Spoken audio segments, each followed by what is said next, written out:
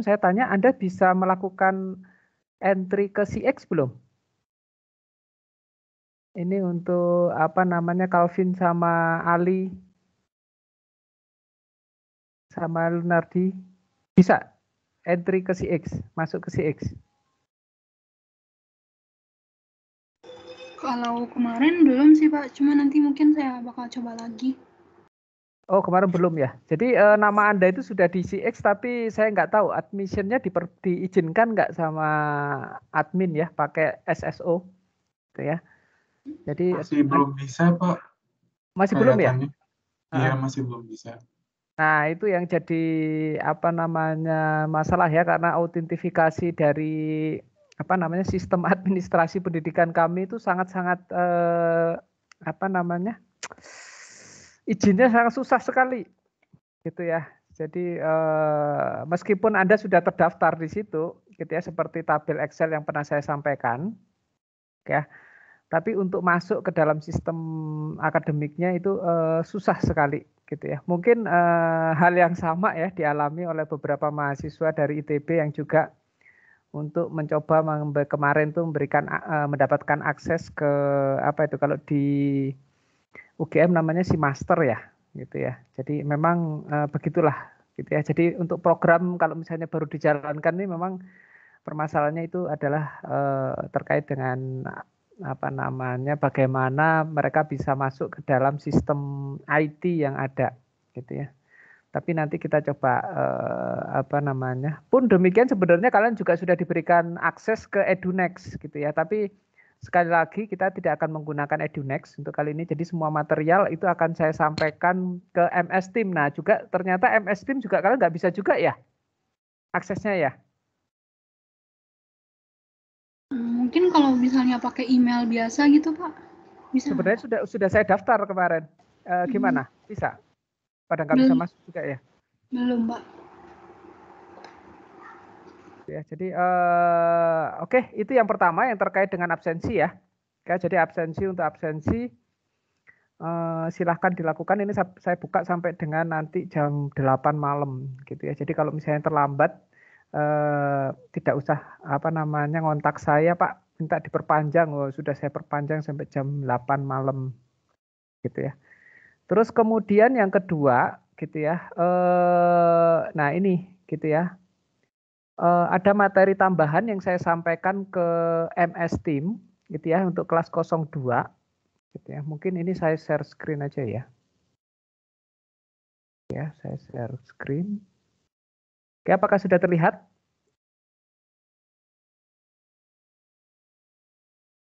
Sudah Pak. Oke, jadi ada dua tambahan materi. Ini kenapa saya berikan tambahan? Gitu ya, karena ada beberapa dari Anda kemarin mengontak ke saya, ke WA saya gitu ya, secara japri, secara privat. Ada nggak modul-modul tambahan supaya kita bisa mengasah kemampuan yang berkaitan dengan HISIS ini, gitu ya. Jadi ini saya kasihkan, yang pertama itu adalah teaching modul dari Aspen HISIS sendiri, gitu ya. Jadi Aspen HISIS itu memiliki modul-modul pendidikan, gitu ya, yang ada di situ. Nah ini modulnya beragam sekali, ya. Basisnya itu adalah kasus-kasus, gitu. Jadi mulai dari yang dasar sampai dengan yang agak sedikit kompleks, sampai yang dinamik pun juga ada, gitu ya. Jadi apa namanya dari keragaman ini harapannya itu adalah Anda bisa untuk apa namanya melaksanakan. Dan kalau misalnya dilihat dari modul-modul yang diberikan itu adalah step by step, gitu ya. Jadi enak untuk mengikutinya. Jadi bukan dalam bentuk kasus gitu ya, terus kemudian Anda disuruh menyelesaikan sendiri, tidak gitu ya. Diberikan starternya gitu ya. Jadi ada starternya ya, terus kemudian ada diberi petunjuk-petunjuknya gitu ya. Oke, jadi silahkan dimanfaatkan gitu ya terkait dengan teaching modul yang ada di Aspen HISIS ini. Terus kemudian yang kedua gitu ya, ini apa namanya modul yang cocok untuk kita gitu ya, yang untuk kasus-kasus kita gitu ya. Ini modul yang saya buat sendiri gitu ya untuk suatu workshop gitu ya, untuk suatu waktu itu workshop untuk apa ya, salah satu multinational company gitu ya, yang ada yang mengelola apa namanya Banyu Urip pada waktu itu gitu ya. Jadi mereka karena mereka mau menaikkan kapasitasnya, zaman itu adalah mereka mau naik dari 180.000 barel menuju ke kalau nggak salah 220.000 barel gitu ya. Kemudian pertanyaan mendasar itu adalah bagaimana dengan fasilitas mereka.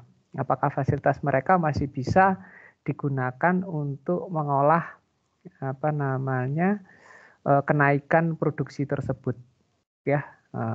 Dan ini dirangkum ke semuanya itu dalam bentuk apa namanya modul ini gitu ya. Nah, tentu saja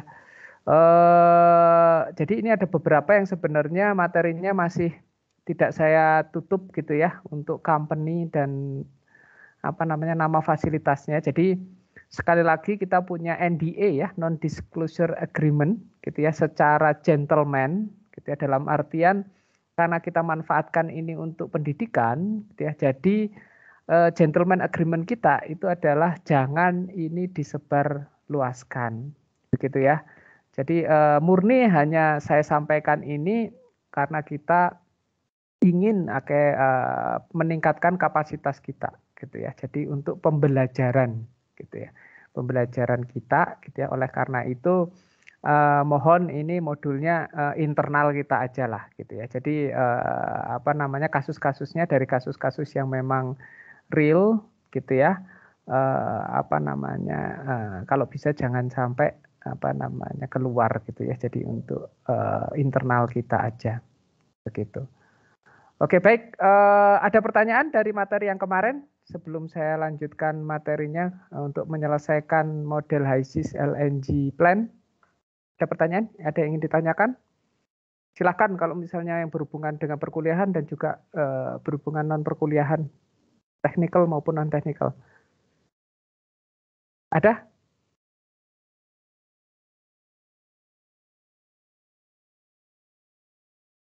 Tidak ada?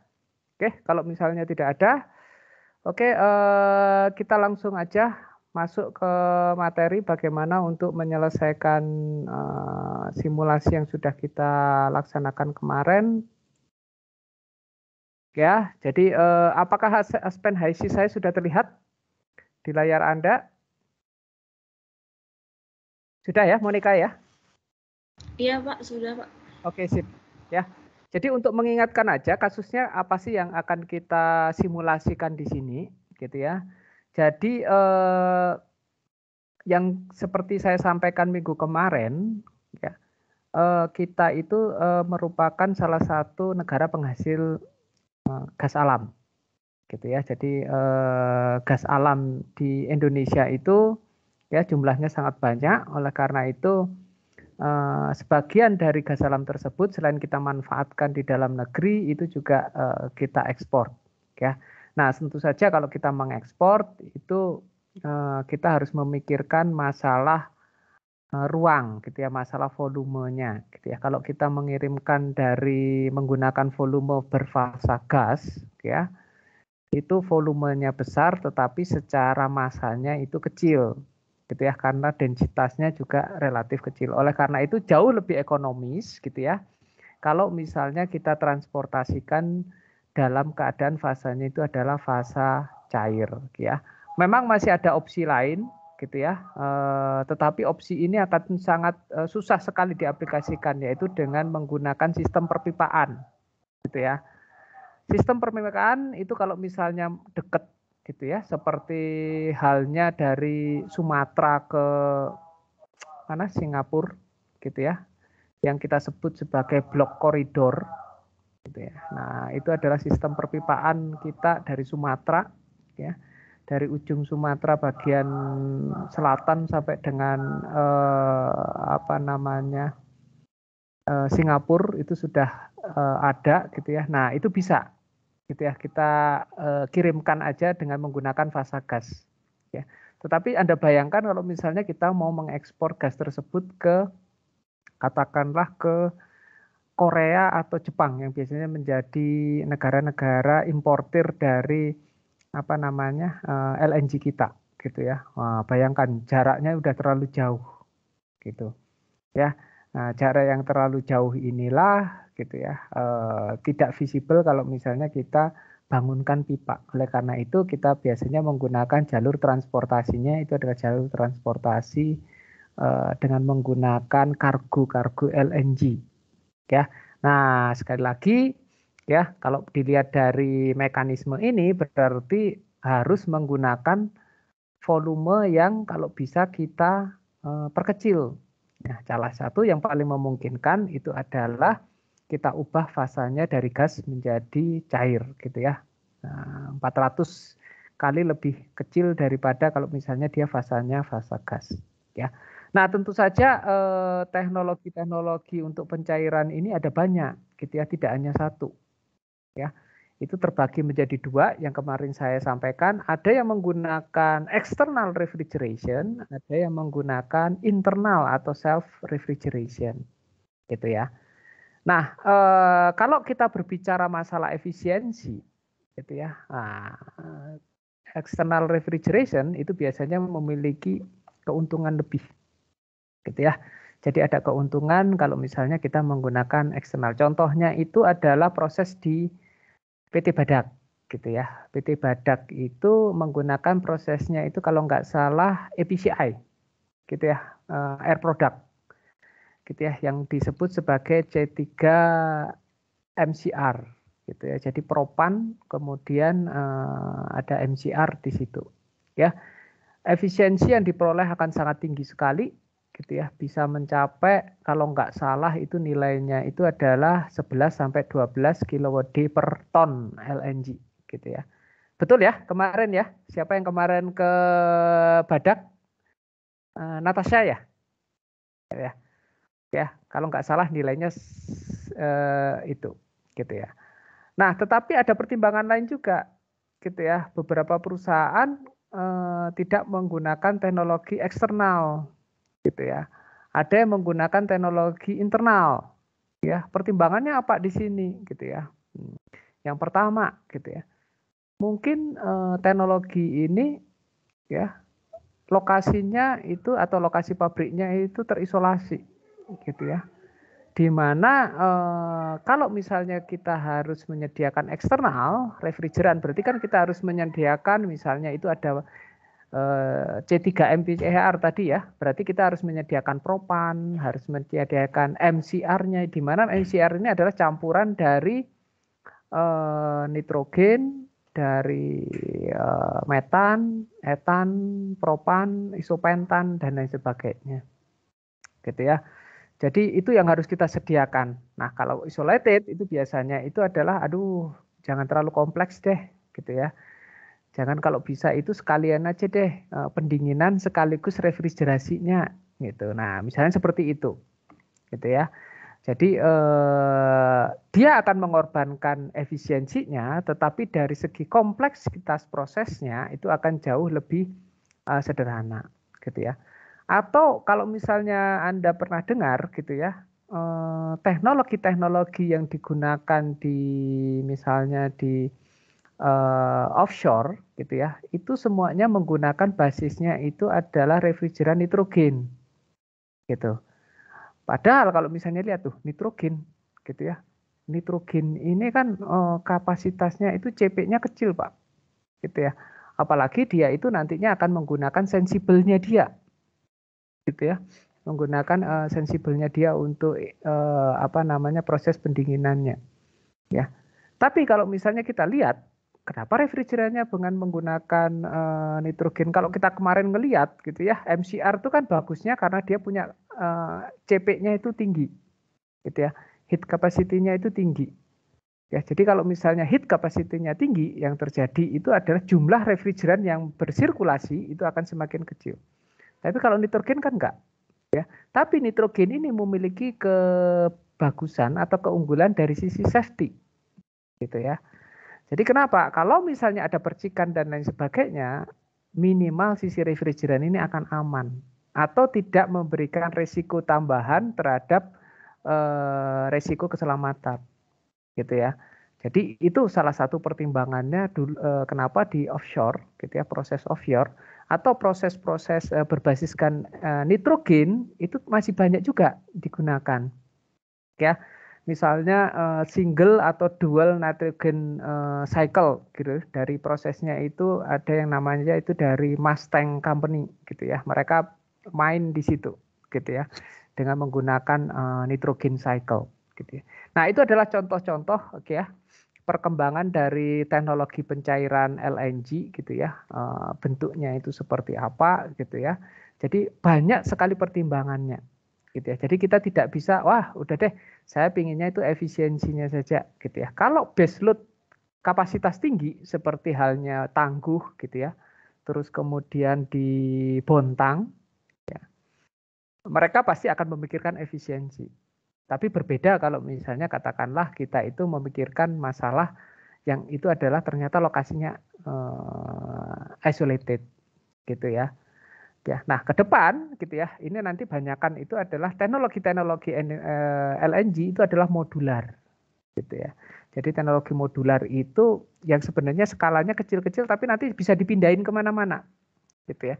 Karena sekarang itu giant reserve, gitu ya, atau produksi gas yang skala besar itu agak sedikit sudah mulai berkurang. Ya, yang ada itu adalah terbesar mulai kecil-kecil. Seperti kalau misalnya kita lihat di Indonesia itu, ya, itu di daerah Sulawesi itu juga sudah mulai ada, gitu ya, yang dimana itu adalah LNG skala mini, gitu ya. Kalau di China, ketika saya pernah ke sana, gitu, wah udah banyak, gitu ya. Jadi udah ada lebih dari ratusan, gitu ya, yang skala kecil-kecil, gitu ya. Tapi kalau selesai nanti pindah, selesai pindah, gitu ya. Sana ada kita baru akan mulai menuju ke arah situ gitu. Dan kalau di China sana gitu ya, mereka tidak tergantung LPG sebenarnya. Mereka tergantung kepada kalau misalnya restoran gitu ya, terus rumah sakit, mereka untuk pembangkitan dayanya tidak menggunakan LPG seperti kita gitu ya, tetapi mereka menggunakan sudah beralih kepada gas alam gitu ya. Jadi LNG ditransportasikan, terus kemudian ya persis mirip seperti kita gunakan seperti LPG gitu ya. Dari tangki kemudian masuk ke pembangkit atau masuk ke kompor gitu. Ya.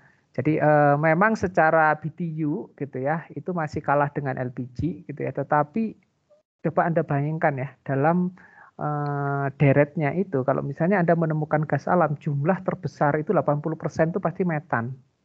Ya, praktis LPG itu nggak lebih daripada 10-15%.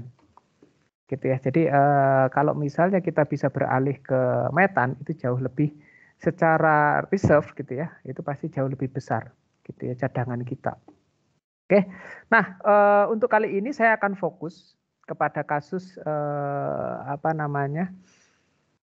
Dengan menggunakan refrigerasi internal atau self refrigeration. Jadi ini ada gas gitu ya. Ya tentu aja gas masuk fasanya itu adalah fasa gas. Ya. Kita asumsikan di sini metan, tapi nanti kalau misalnya kita develop simulasinya kita bisa macam-macam di sini. Metan, propan, butan dan lain sebagainya. Ya. Tetapi untuk latihan kita kali ini metan saja. Terus kemudian kita kompres, ya. Ingat kena apa namanya Mulier diagram minggu kemarin, kenapa kita kompres? Nah, itulah bentuk sebenarnya itu adalah rekayasa engineeringnya, ya. Rekayasa engineering supaya kita itu bisa mencairkan, gitu ya, dengan efisiensi yang jauh lebih rendah, dengan konsumsi energi yang itu jauh lebih rendah, ya. Efisiensinya lebih bagus, ya. Jadi kita kompresi, kemudian kita dinginkan, gitu ya. Terus kemudian di sini ada proses Joule-Thomson valve, ya. Nah, Anda kalau bertanya, loh Pak, kenapa sih butuh Joule-Thomson valve, gitu ya? Nah, itulah rekayasa engineering. Jadi sebenarnya proses-proses di LNG itu tidak pernah melakukan pencairan pada suhunya minus 160. Ya, paling minusnya itu minus 150, gitu ya, dengan ini. Ya, jadi tidak terlalu cryogenik. Ya, caranya gimana? Ya itu tadi dikompres, setelah dikompres didinginkan, setelah didinginkan terus di flashing. Ya, jadilah produk yang namanya itu adalah LNG, tapi temperaturnya sudah lebih rendah gitu ya. Sudah lebih rendah karena proses flashing tadi, ingat bahwa proses flashing itu nantinya itu adalah secara simultan itu juga menurunkan tekanan sekaligus menurunkan temperaturnya ya. Nah, karena dia itu prosesnya itu adalah penurunan temperatur, berarti ada fraksi uap yang akan nantinya terbentuk. Jadi energinya itu adalah terlepas dalam bentuk fasa gas. Oke ya. Nah, produk cairnya itu akan kita sebut sebagai LNG, sedangkan produk gasnya ini gitu ya. Ini masih dingin ini ya. Jadi rugi kalau misalnya kita itu buang atau kita langsung hubungkan ke dalam mixer ini. Jadi masih kita bisa tukarkan lagi ya. Sedemikian hingga ketika nanti dipertemukan lagi dengan aliran umpan gitu ya, temperaturnya sudah relatif seimbang gitu ya. Nah, relatif sama gitu ya. Nah, ini kenapa dipertemukannya dengan temperatur yang relatif sama. Nah, ini juga ada kaitannya dengan perancangan gitu ya. Jadi Anda bayangkan mempertemukan dua aliran, kalau satunya panas, satunya dingin sekali gitu ya. Itu yang kasihan itu adalah material unit operasinya gitu ya. Jadi nanti jelajah kemampuannya dia itu harus bisa minus sampai dengan positif tinggi. Nah, itu yang sangat-sangat biasanya itu dihindari kalau kita merancang itu. Ya. Karena apa? Ya sebenarnya ada juga gitu ya material seperti itu, tapi harganya mahal sekali. Materialnya eksotis gitu ya. Jadi misalnya menggunakan krom gitu ya, sampai menggunakan titanium, waduh itu kalau misalnya seperti itu akan sangat mahal sekali. Gitu ya. Dan sekali lagi gitu ya, keekonomian dari proses kimia itu sangat bergantung kepada biaya pabriknya. Ya. Jadi ini akan kita simulasikan, ini ada keterangan-keterangannya gitu ya.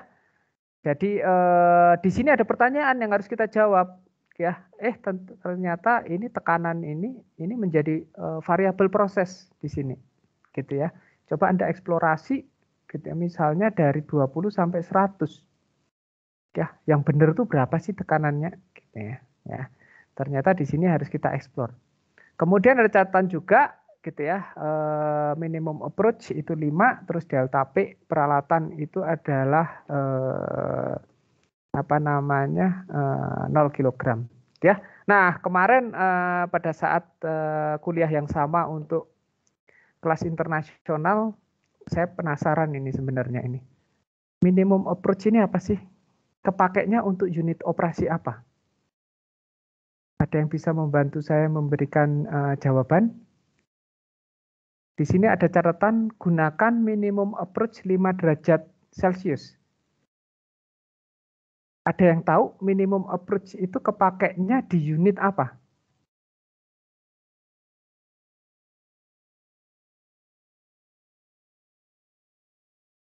Ya, ini sambil kalau nggak ada yang jawab, sambil saya absen dari bawah ini. Ya, kalau dari bawah terlihatnya di sini ada Kayla nih. Iya Pak, hadir Ya, Pak. yes. Untuk HE mungkin Pak? Oke, HE benar gitu ya. Pengertian apa? Apakah itu Dia selisih temperatur antara aliran panas dan dinginnya di titik yang sama gitu ya Pak? Bukan titik yang sama, titik terdekat. Gitu ya. Ya. Jadi ini sedikit saya ini ya. Memang nanti akan kita bahas pada saat kita membahas tentang evaluasi HE gitu ya. Tapi ini sudah terlihat ya di ini Paint, MS Paint. Ya, jadi saya punya grafik gitu ya. Kalau di HE kita biasanya itu punya grafik gitu ya. Di sini itu adalah T atau temperature. Kemudian di sumbu X-nya itu adalah Q. Gitu. Ya.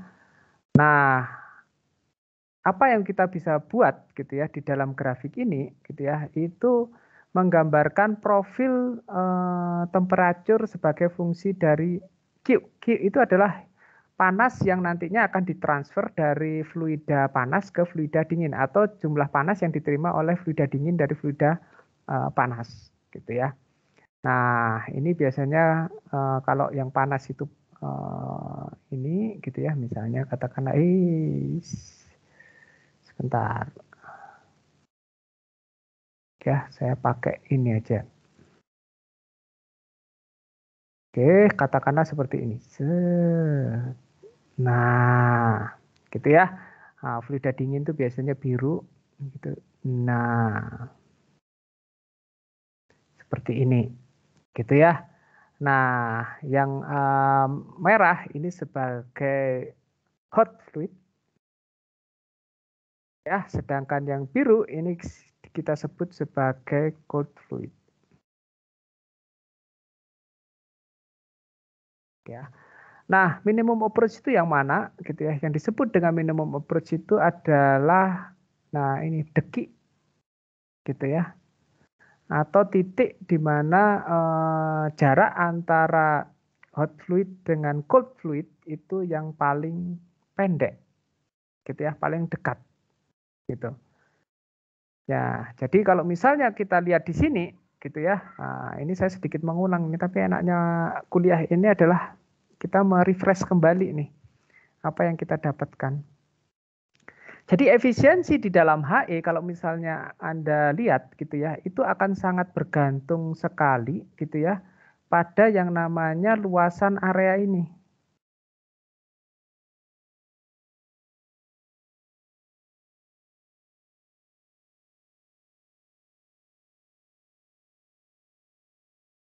Ya, ini luasannya berapa? Ya, semakin dempet gitu ya, atau semakin kecil luasan yang saya arsir-arsir tadi gitu ya, itu artinya apa gitu ya? Itu artinya gitu ya, prosesnya itu semakin efisien. Impact dari efisiensi ini seperti apa? Misalnya ya, nanti laju sirkulasi dari refrigeran itu semakin dikit. Gitu kan? Ya. Nah, kalau laju laju refrigeran semakin dikit, impact-nya apa? Pompanya juga semakin kecil. Gitu ya. Daya yang akan Anda keluarkan untuk mensirkulasikan refrigeran tersebut juga semakin kecil. Gitu ya. Makanya prosesnya itu akan semakin efisien gitu. Ya. Nah, bagi Anda yang nantinya itu merancang HI, rancanglah HI itu sedempet mungkin antara yang namanya hot fluid dengan cold fluid ini tadi. Ya. Caranya gimana untuk melakukan itu? Caranya tambah luas permukaan HI gitu ya. Oleh karena itu makanya ya kalau misalnya Anda lihat gitu ya dalam merancang HI itu sistemnya itu adalah cubing-cubing gitu ya. Itu biar permukaannya banyak banget. Bandingkan kalau misalnya Anda punya double pipe gitu ya. Jadi kalau double pipe itu kan ini ada pipa gitu ya. Nah, ini ya. Nah, terus kemudian di sini ada pipa lagi gitu kan. Nah, jadi luas yang nantinya itu akan apa namanya berkontak gitu ya atau mentransferkan fluida dari fluida panas dan dingin itu hanyalah ini aja nih. Nah, luas ini aja. Oleh karena itu kalau misalnya Anda HI biasanya Anda bikin cubing-cubing kan. Ya, semakin banyak itu ada cubing-cubingnya berarti semakin luas permukaan tersebut itu. Oleh karena itu kalau misalnya Anda lihat gitu ya di MCHR Main Cryogenic Heat Exchanger gitu ya. Saya coba ke Google. Main Cryogenic. Nah, ini. Nah, ini ada gambarnya nih. Ini yang di Badak sudah pernah buka MCHR belum? Anda sudah pernah melihat itu dalemannya. Nah, kalau misalnya Anda lihat yang main cryogenic heat exchanger, yang notabene itu adalah heat exchanger-nya LNG, gitu ya. Ini sudah bentuknya itu sudah kecil-kecil ini, sudah kayak benang aja, ya. Jadi shell and tube itu masih kurang, luas permukaannya masih kurang, gitu ya. Jadi kalau misalnya MCHR di sini gitu ya, itu akan terlihatnya itu wah kecil banget gitu. Nah, tujuannya apa? Ya itu tadi gitu ya. Notabene itu adalah gimana caranya kita itu supaya mendempetkan antara hot fluid dan cold fluid ini supaya nanti yang diarsir luas area diarsir itu sekecil-kecilnya. Yaitu tadi, kalau kecil-kecilnya nanti perputaran refrigerannya itu sangat kecil, lebih kecil gitu ya. Nah, itu lebih kecil. Sekali lagi kalau lebih kecil pompanya kecil, jutinya kecil gitu ya. Nanti kebutuhan konsumsi panasnya juga kecil gitu ya. Ini cara yang dilakukan gitu ya. Oke. Ya, saya kembali lagi ke sini. Kemudian ada delta P ya, pressure drop peralatan itu kita bikin 0. Gitu ya, sebenarnya nggak 0 sih, tetapi ya kita bikin lah untuk kasus kali ini kita bikin nilainya itu 0. Gitu. Oke, saya kembali kepada simulasi saya. Saya akan buka simulasi yang kemarin. Gitu ya, sudah terlihat ya hasil saya. Ya, Anda boleh silakan membuka hasilnya gitu ya. Kita berbarengan Oke, saya akan pelan-pelan di sini. Ya, ini sudah direkam kan ya. Jadi kalau misalnya Anda tertinggal nanti bisa udah ya.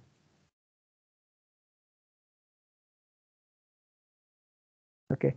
Ini dari teman-teman UGM sudah punya ISIS-nya, sudah terinstall? Saya sendiri sudah, Pak. Oke, udah ya. Oke. Baik, saya kembali lagi mengingatkan sedikit yang kemarin yang kita entry gitu ya. Jadi komposisinya itu ada metan, terus kemudian di sini ada parameter ya. Biasanya kita sebut sebagai intensif dan ekstensif. Intensif itu adalah parameter yang tidak terhubung secara langsung dengan jumlahnya gitu ya. Misalnya temperatur, pressure, vapor fraction gitu ya. Densitas gitu ya, itu adalah tidak terkait dengan jumlahnya. Kalau ekstensif gitu ya, itu terkait dengan jumlahnya, misalnya mass fluid gitu ya, terus kemudian mol fluid gitu ya. Nah, untuk variabel intensif ini cukup 2 gitu ya, 2 parameter yang ada entry, jangan 3. Nanti kan biasanya dari PFD dari lapangan tuh biasanya semuanya banyak gitu ya. Tapi cukup 2 gitu ya. Pilih antara temperatur pressure ataukah temperatur vapor fraction pressure gitu ya. Jangan diisi ke semuanya nanti ini karena apa? Parameter yang lain akan terhitung dari 2 parameter ini. Gitu ya. Jadi degree freedom-nya itu adalah cukup kita mengisi 2. Terus kemudian untuk mass fluidnya pilih juga salah satu gitu ya. Kalau mass fluid ya udah nanti akan terhitung berapa mol fluidnya itu adalah dari komponen Anda gitu ya. Jadi ini misalnya saya masukkan ini 1 ton aja ya, berarti 1000 kilogram per hour gitu. Oke. Terus kemudian kita tambahkan mixer ya, yang nanti akan kita tambahkan aliran yang ada dari recycle gitu ya. Kemudian keluarannya sebagai aliran 2. Ya. Nah, keluaran dari aliran 2 ini gitu ya, yang akan kita lakukan itu adalah kita kompres. Kalau kita lihat di sini itu adalah dikompres gitu ya. Jadi kita tambahkan di sini gitu ya, unit tambahan gitu ya, yaitu adalah kompresor. Nah, ya, ini tambahan kompresor, ya, kompresor namanya K100. Ya, saya akan masukkan aliran 2, terus kemudian di sini keluarannya sebagai aliran 3. Nah, untuk kompresor, ya, ini adalah unit rotating equipment, jadi Anda harus menyediakan aliran energi untuk menjalankan kompresor tersebut. Ya, jadi selain aliran material juga harus Anda tambahkan aliran energi. Misalnya di sini akan saya sampaikan QK100. Ya. Q itu adalah bahwa nanti kita mengentry energi sejumlah Q gitu ya. Ini cuma nama aja.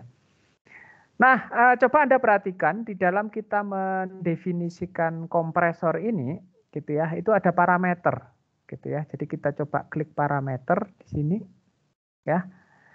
Nah, nanti di dalam Anda mengevaluasi, gitu ya, ada yang disebut sebagai parameter adiabatic efficiency atau polytropic efficiency, ya. Nah, ini tergantung nih. Biasanya data ini akan disampaikan oleh vendor, gitu ya. Tetapi nantinya gitu ya, jarang yang biasanya menyampaikan dalam bentuk nilai terkait dengan adiabatic efficiency ini, ya. Biasanya nanti akan kita lakukan yaitu kita akan menyampaikan yang disebut sebagai performance curve, gitu ya. Jadi kalau misalnya nanti klik rating di sini adalah performance curve dari pompa atau kompresor tersebut yang kita entry, gitu ya. Karena apa? Ketika Anda berbeda laju alir, berbeda jelajah kompresinya, itu akan menghasilkan nilai duty atau beban yang berbeda juga, ya. Jadi biasanya tidak merujuk kepada satu nilai, ya. Tetapi secara rata-rata, sekali lagi ya, secara rata-rata, gitu ya, kita bisa masukkan suatu nilai tertentu untuk efisiensi ini, gitu ya. Misalnya efisiensi di kompresor itu biasanya mencapai 75%. Makanya default dari HYSYS itu adalah adiabatic efficiency itu di kisaran 75%, gitu ya. Oke. Nah, terus kemudian di sini ya Anda tertulis unknown duty, gitu ya. Nah, ini kadang-kadang kalau dari HYSYS itu tidak semuanya kita ikuti, gitu ya.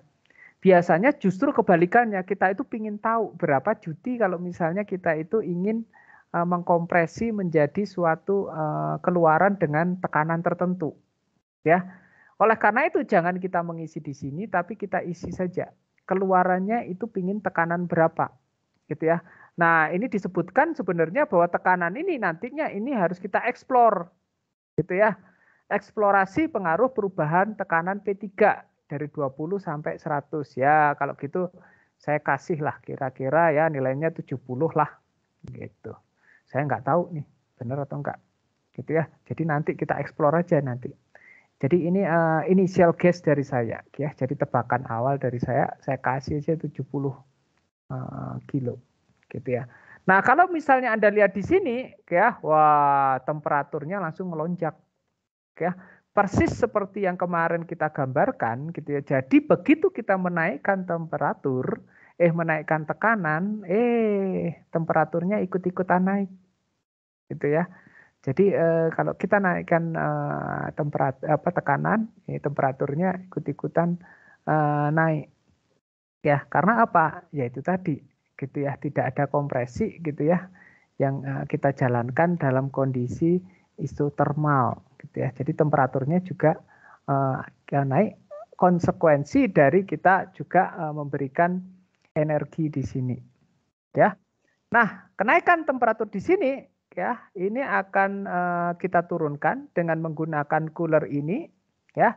Jadi apa yang kita lakukan? Kita tambahkan di sini suatu cooler,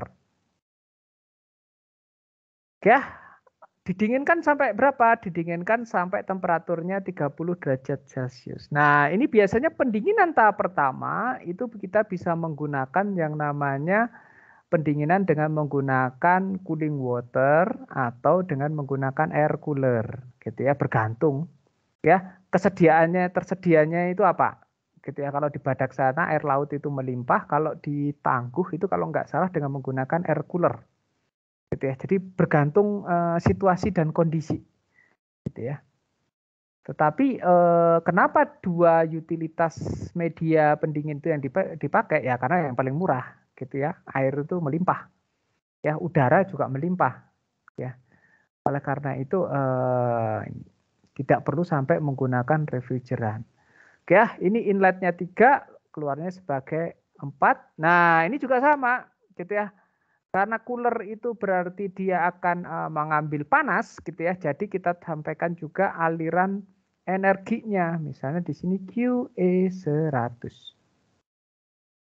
Ya, atau kalau misalnya mau diganti namanya juga cooler. Oke ya, cooler.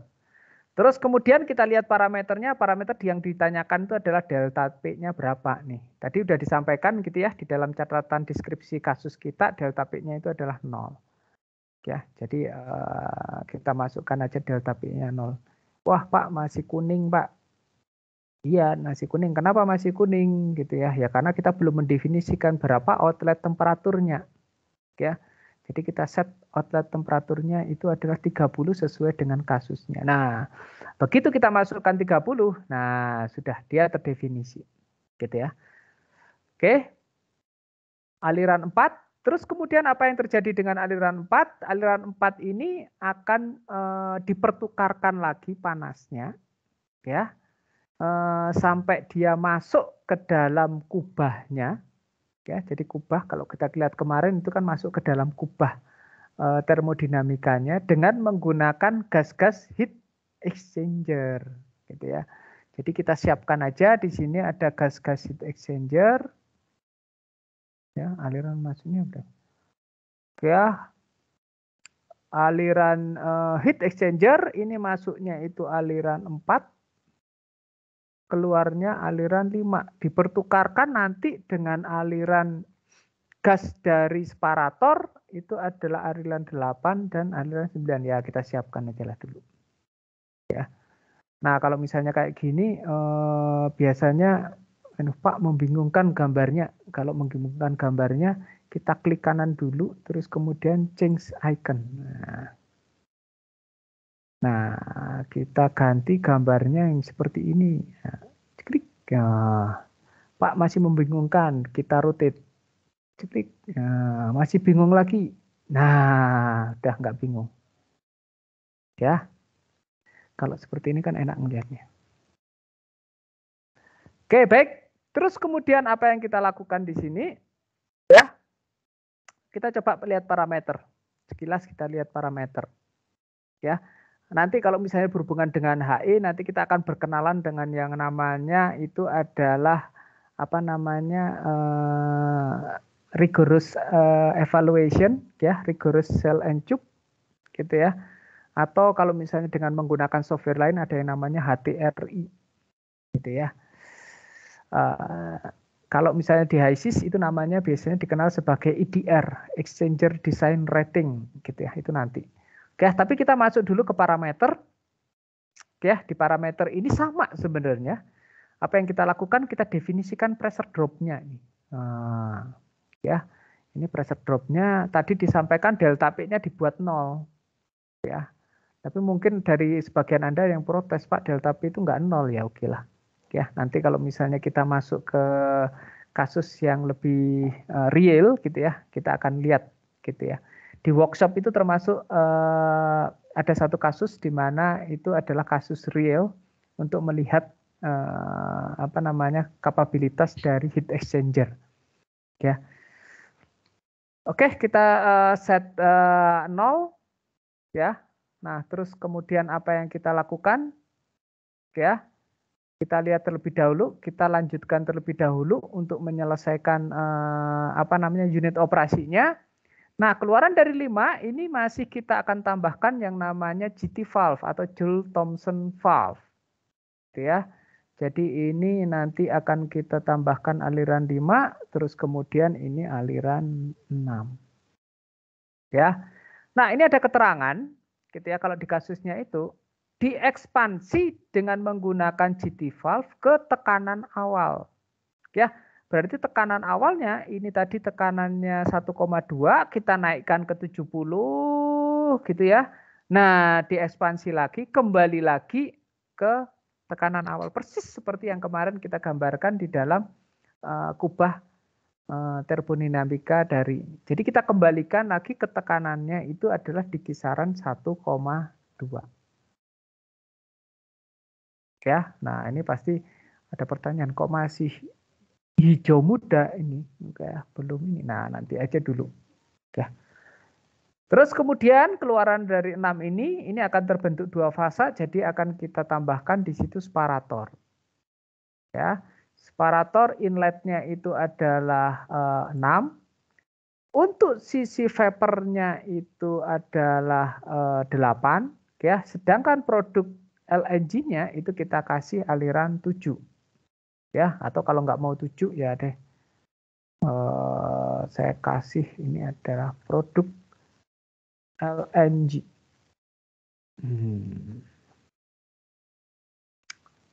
Oke. Ini apa namanya? Ya, ini supaya tidak membingungkan, aliran 7 tadi saya delete. Oke. Nah, ini saya juga change icon juga. Ya. Nah, ini akan saya klik. Oke, terus kemudian di sini akan saya flip. Nah. Ya. Oke, baik. Ya. Nah, ini sudah terhubung tapi kok belum mendapatkan hasil. Ya. Coba kita amati terlebih dahulu. Aliran 4 ini sudah well defined. Ya, dalam artian kalau kita lihat biru tua ini sudah well defined karena apa? Komposisinya sudah terada. Kemudian dari sisi apa namanya variabel intensifnya juga sudah terisi, ya, lengkap, ya. Ekstensifnya laju alirnya itu juga sudah ada, ya. Nah, sekarang coba kita perhatikan aliran 5. Apa yang kurang sih sebenarnya? Aliran 5 kalau kita lihat di komposisinya sebenarnya lengkap, gitu ya. Nah, nggak ada masalah dari komposisinya. Coba kita perhatikan di sini, ya. Nah, ternyata di sini variabel intensifnya itu kurang 1. Yang baru terisi itu adalah pressure, ya. Jadi apa yang kita lakukan di sini? Begitu nanti kita tambahkan di sini itu adalah temperature, ya. Itu akan terdefinisi karena variabel dari ekstensifnya gitu ya, mass flow-nya ini juga sudah terisi, ekstensifnya sudah oke, tinggal intensifnya nih yang belum nih. Oke, jadi begitu ini akan terisi, oke, itu akan well defined. Kita coba ya. Berapa ini temperaturnya? Saya ngawur aja juga ini, kira-kira minus lah ya, minus 40 lah. Kan ini minus 160, ada 8 itu kira-kira ya, minus 180. Jadi ini ya kira-kira minus 40 lah. Oke, nah betul kan? Ya, begitu saya isi variabel intensifnya lengkap, ya, karena di sini sudah ada variabel ekstensif, gitu ya, maka aliran 5 ini menjadi well defined, ya. Nah, bagaimana aliran 6 kok jadi well defined juga? Nah, ini kalau misalnya kita lihat aliran 6, komposisinya lengkap, ya, terus kemudian pressure-nya juga lengkap. Loh, ini kok bisa ada temperaturnya minus 103 gitu ya. Loh, ingat minus 103 itu disebabkan apa? Apa yang menyebabkan minus 103? Itu adalah karena GT valve itu, masih ingat isentalpi atau isentropi? Ada yang ingat kalau valve itu apa? Flashing itu apa? Isentalpi itu apa? Entalpinya sama. Ya, isentalpi itu berarti entalpinya yang sama. Oke, jadi dari isentalpi tersebut gitu ya, pada tekanan 1,2 akan terhitung berapa temperaturnya. Oke ya. Nah, itulah di sini. Oke, temperaturnya ternyata tebakan saya itu gagal. Kok bisa gagal, Pak? Itu ya. Nah, buktinya ini vapor fraction-nya 1 di aliran 6. Oke ya. Kalau vapor fraction-nya 1, berarti semuanya gas, nggak ada produk cair. Gitu. Ya, jadi apa yang saya lakukan? Tebakan minus 40 ini salah, Pak. Gitu ya. Berarti nggak benar nih tebakannya Bapak minus 40. Ya namanya juga tebakan, gitu kan. Saya juga nggak tahu ini nih, yang benernya itu berapa gitu ya. Nanti biar dihitung hasil secara sendiri gitu ya. Oke. Jadi apa yang saya lakukan? Saya benerin terlebih dahulu lah ya. Ini supaya kita mendapatkan hasil yang relatif logik lah. Oke ya. Apa yang saya lakukan gitu ya? Karena ingat kemarin kalau misalnya kita lakukan apa namanya?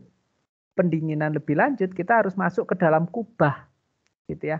Artinya apa? Gitu ya. Ini harus ada produk cairnya Ya. Jadi kalau aliran 6 ini harus ada produk cairnya, coba kalau misalnya seandainya saya turunkan lagi temperaturnya, gitu ya. Misalnya minus 50. Cering. Ya, belum. Waduh, di sini belum, Pak. Belum ada nih. Ya udah. Minus 60. Cering. Waduh, belum, Pak. Dengan ini. Ya udah, minus 70. Cering. Nah, betul kan? Ya, kita apa namanya di sini dapat minus 159. Nah, persis seperti yang tadi saya sampaikan, gitu ya. Kita itu nggak perlu sampai minus mendinginkan sampai dengan minus 160. Ya. Kalau di sini apa yang saya lakukan, saya cukup mendinginkan sampai minus 70. Itu nanti ketika saya flashing, saya sudah dapat produk cair LNG. Gitu ya. Jadi itulah bagusnya dari yang namanya itu rekayasa engineering. Nah, gitu ya. Jadi gimana caranya supaya kita itu jangan terlalu cryogenik gitu ya. Dikompres gitu. Itu adalah trik-trik ya. Oke, dapat gitu ya, minus 70. Apakah benar minus 70? Saya juga nggak tahu ini minus 70 benar atau enggaknya. Gitu ya. Tapi coba apa yang saya lakukan ya. Saya coba double klik ini kok masih kuning itu kenapa? Ya. Saya kemudian masuk ke heat exchanger-nya, masuk ke connection, terus masuk ke parameter. Ya. Di sini ada yang namanya temperatur cross. Ya. Loh, kalau begitu temperatur cross gitu ya. Coba sebelum temperatur cross kita bikinkan ini sedikit lebih detail gitu ya perhitungannya. Model heat exchanger-nya kita ubah sedikit lebih detail ke simple weighted. Oke. Dari simple weighted. Oke. Ya. Terus kemudian masih kita temukan yang namanya temperatur cross. Terus ngelihat temperatur cross di mana? Ya. Coba Anda pindah ke performance. Klik. Nah, terus kemudian Anda pilih plot. Nah, terus kemudian apa yang Anda lakukan di sini? Gitu ya. Ini Anda untuk sumbu Y-nya itu adalah ganti ke temperatur. Klik. Sumbu X-nya ganti ke yang namanya heat flow. Nah. Heat flow atau sebentar.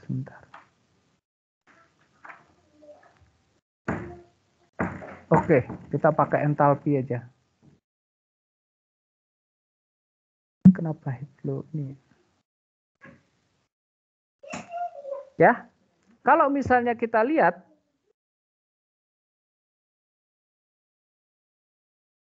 bentar kok itu punya kecil ya.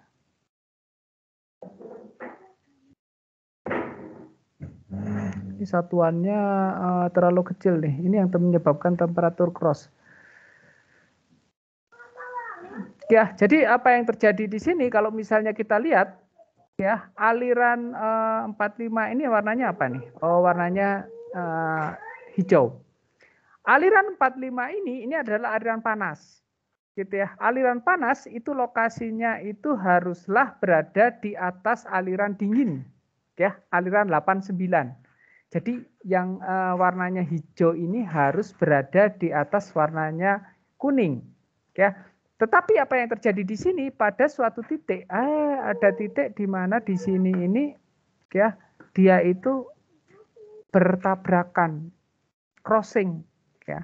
Nah, ini di dalam kenyataannya itu tidaklah mungkin ya terjadi seperti itu ya. Loh Pak, ini penyebabnya apa? Gitu ya, penyebab dari temperatur cross tadi. Nah, masih ingat kan kita tadi itu ngasih temperaturnya itu masih sembarangan. Ya, coba kita benarkan lagi. Ya. Tadi minus 70 masih temperatur cross. Coba kita minus 80. Dikling. Ya, apa yang terjadi gitu ya. Ini yang 45 itu hijau ya. Oh. Ini masih berada di atas gitu ya. Coba kita set minus 90. Loh. Ya. Berarti di situ coba kalau minus 60. Nah, ya. Nah, ini sudah benar. Ya, yang terjadi sudah benar. Ya, apa yang terjadi di situ? Gitu ya. Aliran panas yang warnanya hijau ini sekarang sudah berada di aliran di atas dari aliran yang warnanya itu adalah kuning. Gitu ya. Karena yang 45 ini aliran panas itu adalah di atas dari aliran dinginnya, gitu ya. Jadi tidak ada temperatur cross, tapi kemudian Haziz mengidentifikasi FT correction factor is low, ya. Coba kita lihat lagi ke sini, ya. FT correction factor. Kalau FT correction factor itu kenapa itu? Ada yang masih ingat? Ini karena hubungannya sama desain ini. Ada masih ingat dulu waktu merancang apa namanya HE di kuliah perpindahan kalor, gitu ya. Itu FT itu apa? FT correction factor. Faktor koreksi temperatur, Pak. Faktor koreksi? Temperatur dari ada data LMTD apa ya? Itu faktor koreksinya. Seingat saya. Oke, ada lagi yang bisa membantu, gitu ya.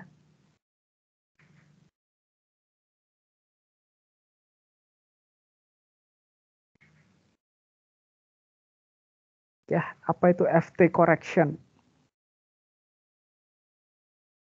Ya. Nah, FT correction kalau misalnya Anda lihat, gitu ya, ini memang ada kaitannya dengan desain, gitu ya.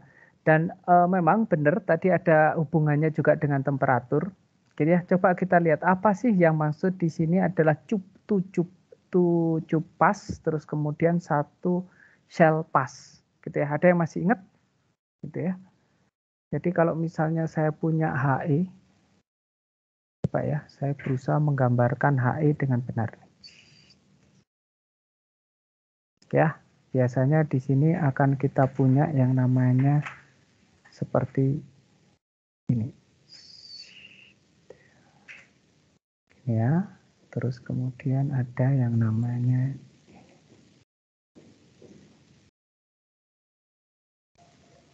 Oke.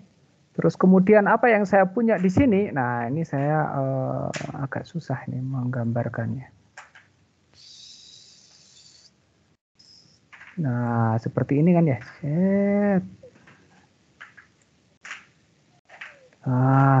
Udahlah, ini oke lah. Ya.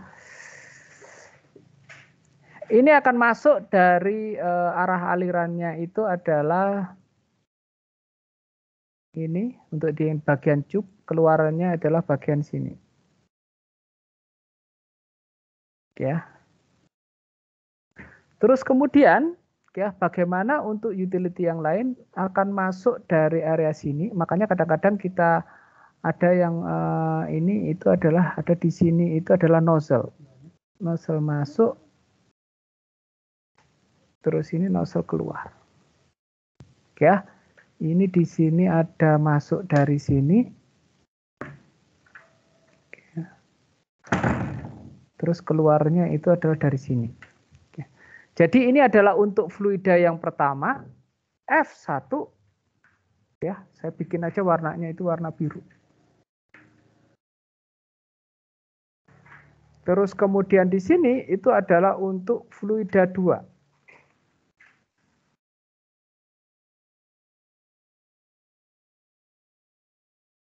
Ya, fluida 1 dan fluida 2. Ya. Nah, apa yang Anda lakukan di sini dan kenapa itu harus diberikan faktor correction? Ya. Karena kalau misalnya Anda lihat gitu ya, untuk seksi yang di bagian ini gitu ya. Saya lihatkan di sini seksi yang di bagian sini. Ini perfectly yang namanya itu adalah counter current.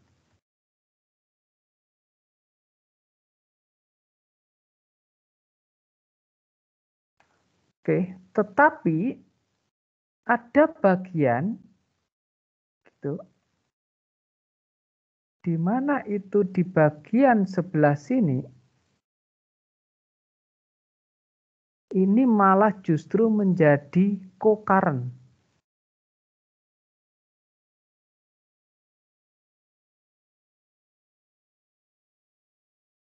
Ya. Nah, yang kita pahami bersama gitu ya, pertukaran panas yang terbaik yang terjadi itu adalah kalau misalnya kita bisa melakukannya dalam bentuk counter current. Gitu ya. Jadi tidak bersama-sama. Karena kalau misalnya counter current, Anda pasti masih ingat gitu ya, bentuk kurvanya itu kalau misalnya dalam bentuk seperti ini bisa menjadinya itu adalah seperti ini dan seperti ini. Tetapi kalau misalnya seandainya itu co-current, yang terjadi itu adalah kalau misalnya kita lihat bentuknya itu adalah seperti ini dan seperti ini. Gitu.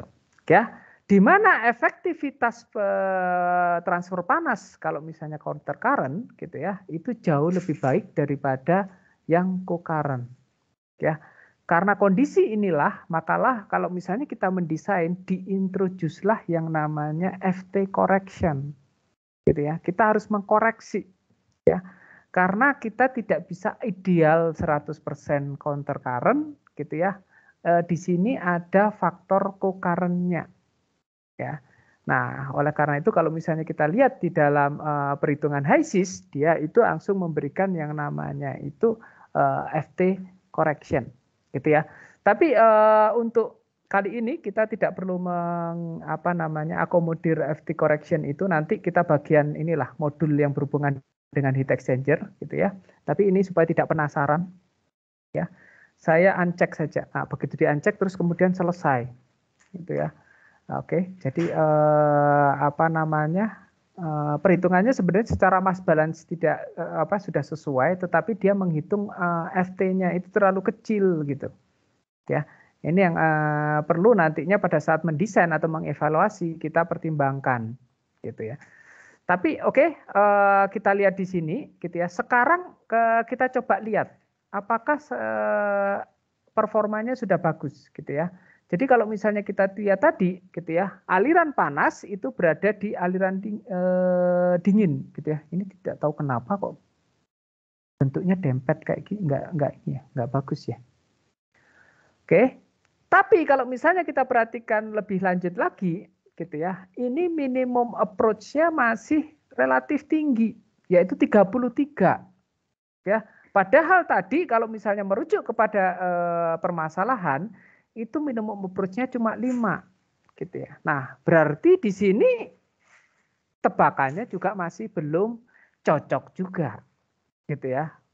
Nah, kalau misalnya kayak seperti ini gitu ya, nah untuk mencocokkannya seperti apa gitu ya. Nah kalau misalnya ganti-ganti susah lagi nih gitu ya. Apa yang saya lakukan? Saya membutuhkan bantuan yang namanya adjust. Nah ini ada adjust, di HISIS itu ada adjust.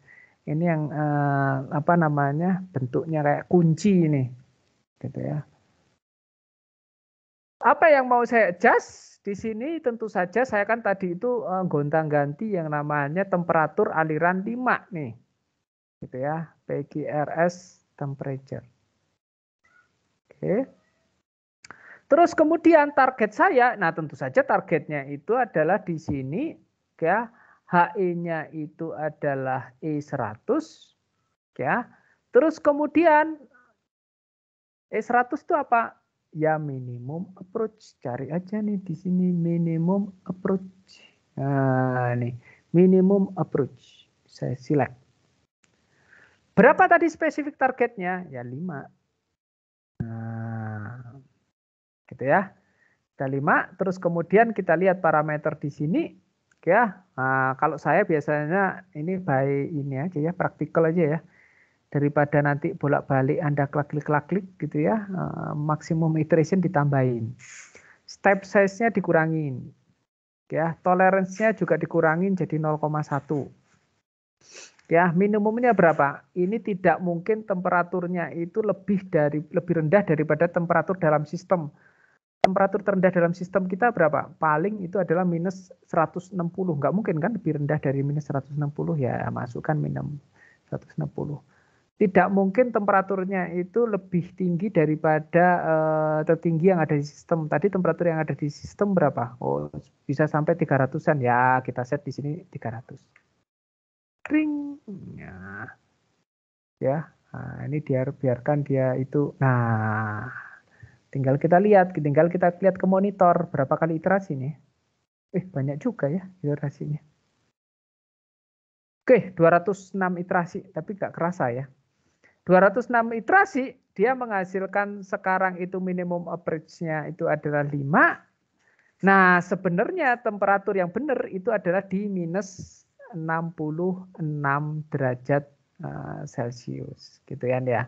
Di minus 66 derajat Celcius itu adalah temperatur yang benar karena dia menghasilkan minimum approach-nya itu adalah 5 derajat Celcius. Ya, minimal 5,03 itu secara engineering ya ini 5 lah. Gitu ya.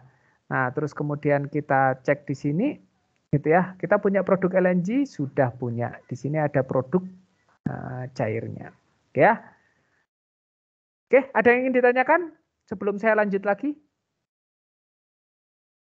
Oke, nanti kalau misalnya ada tiba-tiba pertanyaan, silahkan diinterupsi ya, gitu ya. Biasanya kalau saya tidak ada atau diam-diam aja atau silent berarti everything is going well. Oke, maaf. Oke, nah kita sudah melakukan yang namanya itu adalah adjustment. Ya, ini adalah salah satu keunggulan kalau misalnya kita menggunakan proses simulator, tidak hanya ini hampir semua proses simulator sebenarnya punya adjust ya. Gitu ya, mau Aspen Plus, mau Promax, mau Pro 2 gitu ya, mereka punya feature adjust dan itu memang yang kita inginkan atau kita harapkan dari proses simulator. Jadi kita tidak perlu mengganti-ganti secara manual gitu ya. Jadi dari sistem aja yang mau mengganti. Cuma kita bikinkan di sini.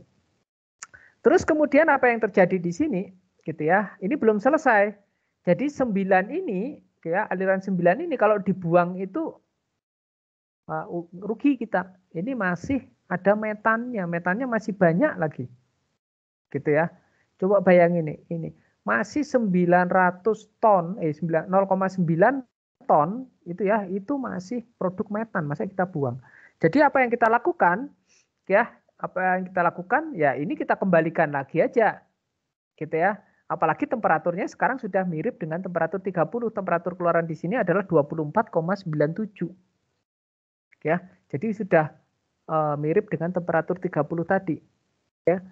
Nah, apa yang saya lakukan? Kemudian saya gabungkan aja ini dengan aliran 9. Nah, ini kan aliran 9. Nah, terus ketika saya gabungkan aliran 9, gitu ya, semuanya jadi kuning ini. Ya, paniklah kita. Gitu ya, nggak usah panik, ini aja di-delete aja. Nah. Ya, nah pertanyaan saya nih. Kenapa dengan saya itu menambahkan aliran 9 di recycle ini tiba-tiba simulasinya jadi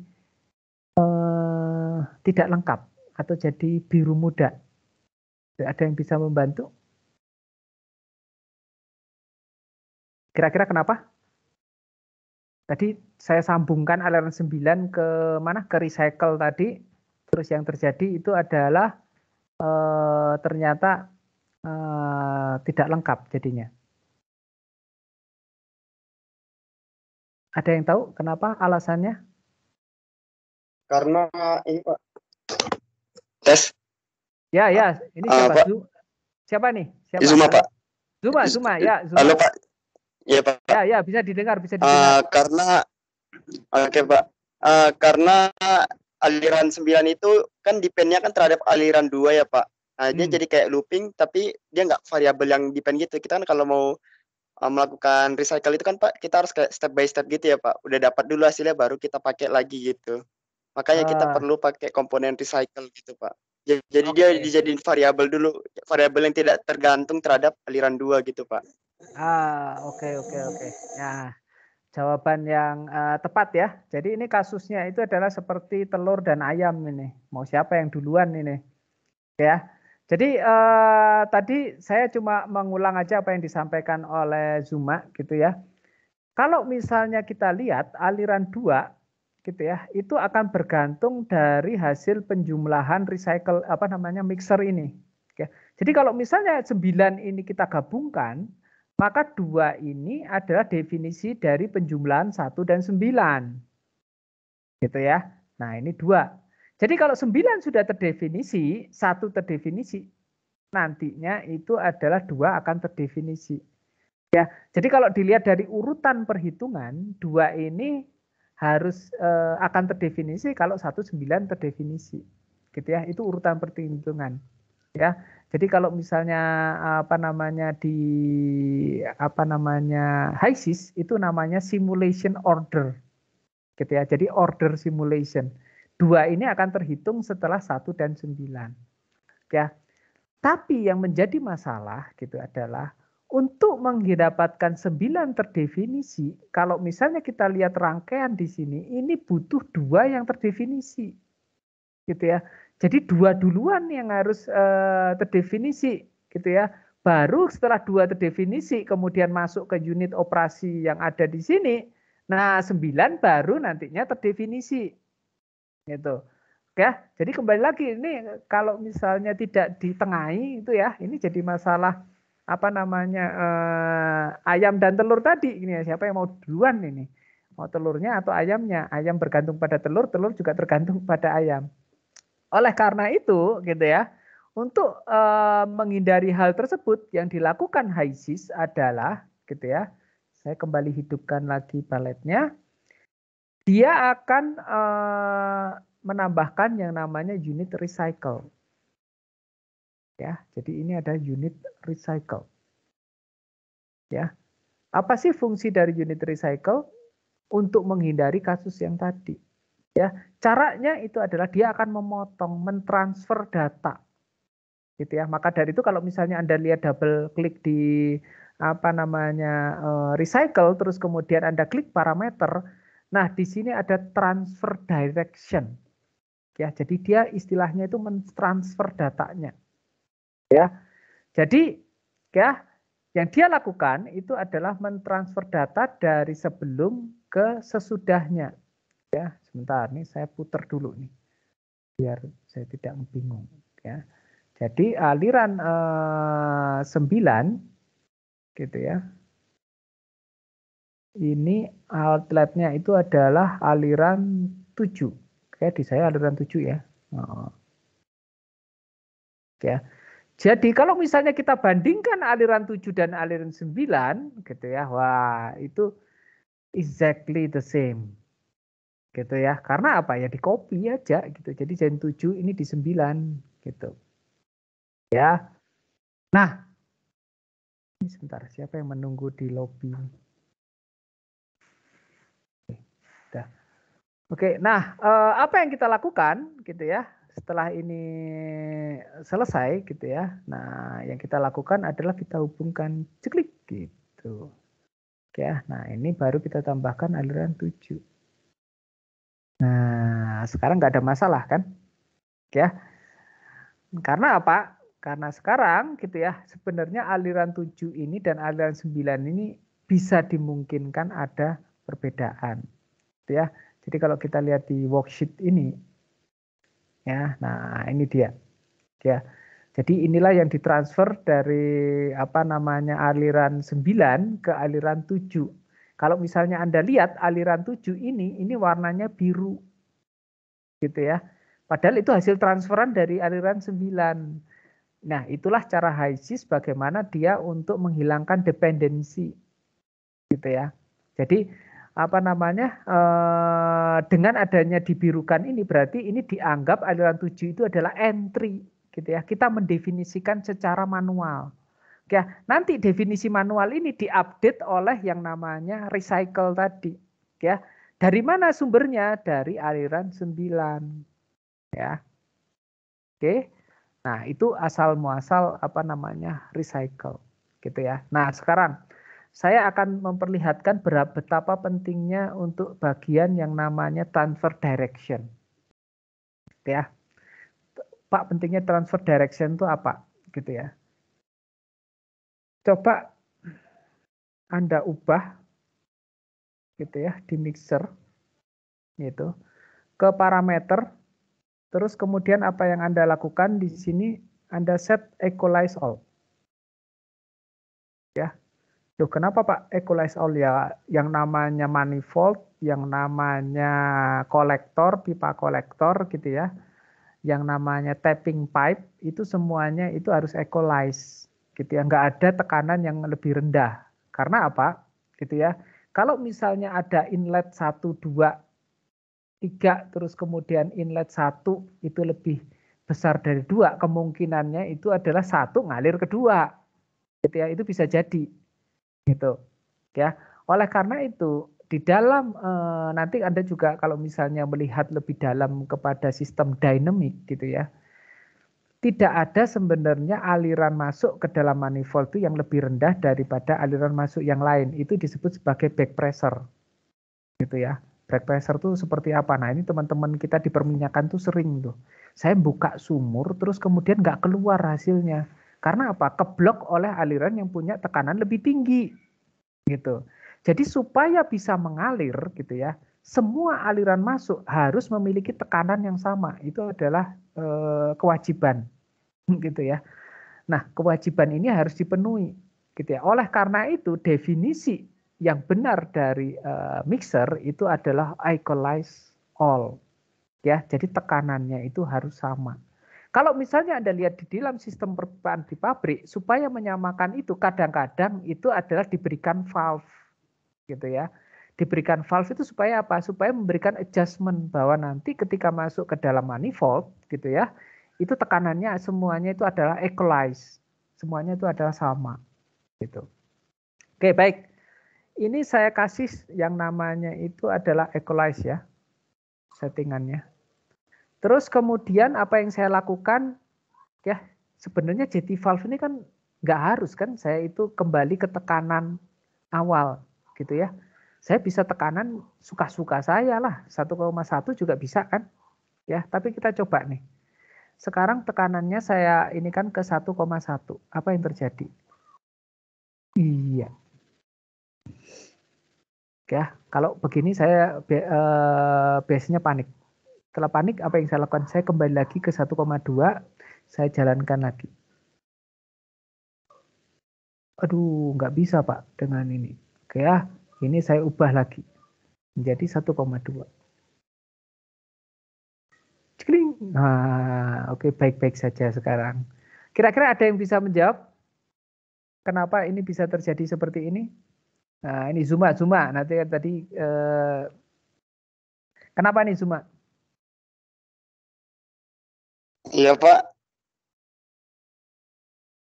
Kenapa kalau saya ganti 6 ini tadi berapa? 1,1 kok jadi nggak converge ya? Atau simulasinya jadi crash gitu kan, kuning semua kan tadi?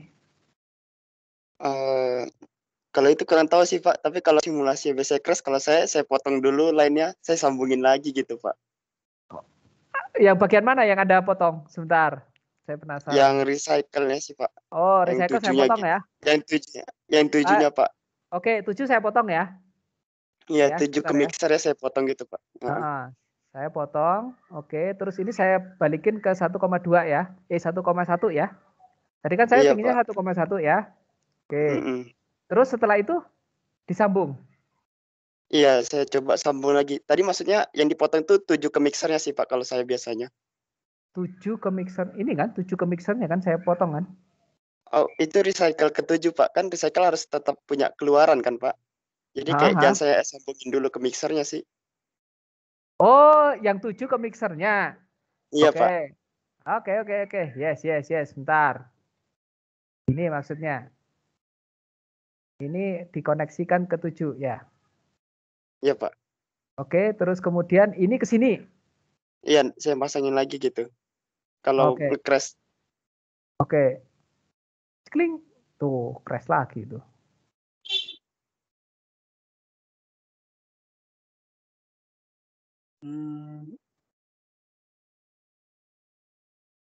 Wah, saya nggak tahu sih Pak kalau kayak gitu. Ada yang tahu? Ada yang tahu? Hah? Ya, biasa. Saya nggak tahu sih Pak. Saya nyerah. wah jangan menyerah. Ini bukan masalah menyerah atau enggak aja ini. Oke ya. Oke, saya balikin lagi ke 1,2. Sebentar ya.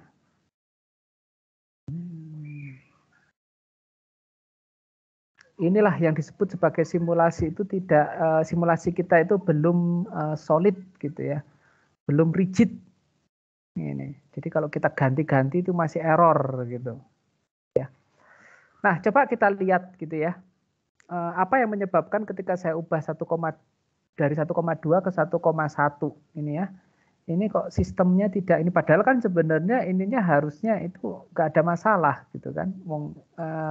Di lapangan pun sebenarnya tekanan dari GT valve itu bisa di-adjust gitu ya. Sama dengan tekanan keluaran dari kompresor, kita sebenarnya juga bisa nge-adjust gitu kan dari gitu ya. Nah, apa yang menyebabkan ini? Kalau misalnya kita lihat gitu ya, kita sebenarnya dengan kita melakukan perubahan di mixer tadi itu menjadi equalize all gitu ya. Kita memaksa aliran 1 dan aliran 7 itu harus memiliki definisi yang sama. Ya. Jadi kalau definisinya sekarang itu berbeda, 1 ada yang 1,2, 7 ada yang 1,1 gitu ya.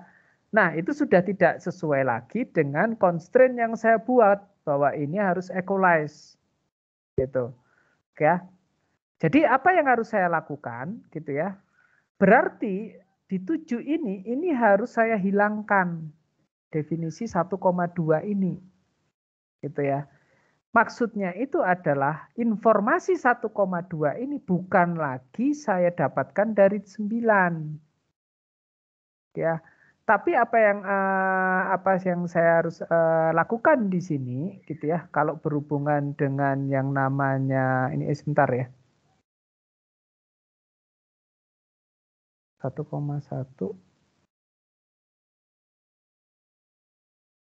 Oke, ini tekanannya berapa ini? 1,2 ya. Berarti kalau 1,2 berarti tekanannya memang yang masuk itu harus kalau equalize all itu harus 1,2. Maaf. Yang harusnya saya ganti bukan di sini ya. Ini tekanan ini maksudnya.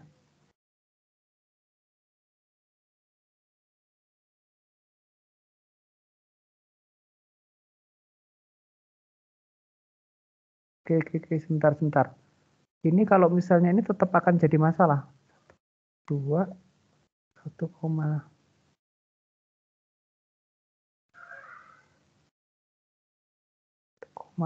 1,3. Oh enggak bisa. Enggak bisa. Jadi benar. Ya, karena kalau kita misalnya equalize all gitu ya, berarti tekanan di 7 itu harus sama dengan tekanan inletnya. Gitu ya. Tekanan inletnya ini. Yang saya maksudkan itu adalah yang saya ingin lakukan perubahan itu adalah ya, ini kan sudah 1,2, tapi tekanan di sini bukan lagi 1,3 gitu ya. Tetapi di sini misalnya itu adalah 1,3 inletnya. Nah, ini kan jadi bermasalah. Ya. Karena di sini masih 1,2 sedangkan di sini saya melakukan perubahannya itu adalah dinilainya itu adalah 1,3 di inletnya, ya. Jadi apa yang saya lakukan ya supaya nomor 6 ini mengikuti tekanan yang nantinya inletnya itu adalah sesuai dengan atau sama dengan inletnya gitu.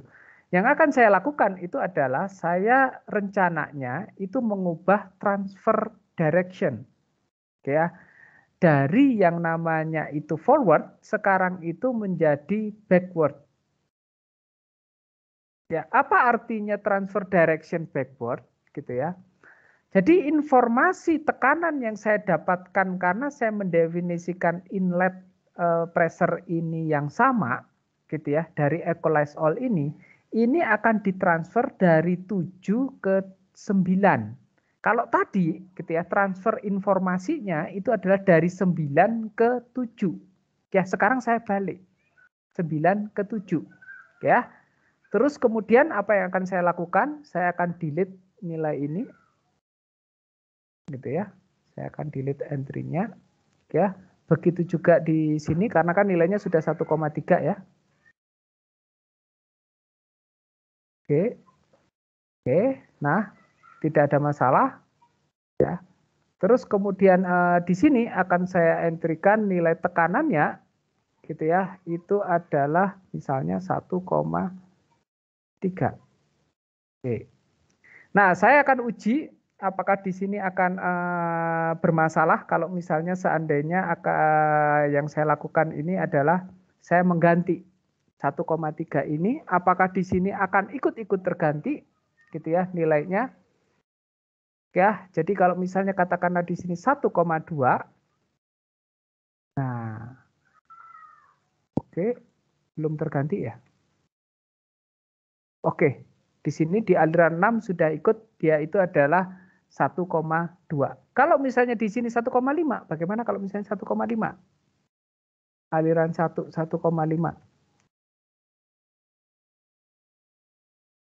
Oke ya, dia ikut akan mengikuti 1,5. Ya, jadi intinya tolong diperhatikan saja ya, supaya nantinya kalau Anda memiliki permasalahan yang berkaitan dengan bentrok nilai, gitu ya, adalah pada recycle ini tolong perhatikan direksi dari atau arah dari transfer nilainya, ya. Apakah dia itu sebelum recycle menuju setelah recycle, ataukah ada informasi yang ternyata itu sudah didefinisikan setelah recycle.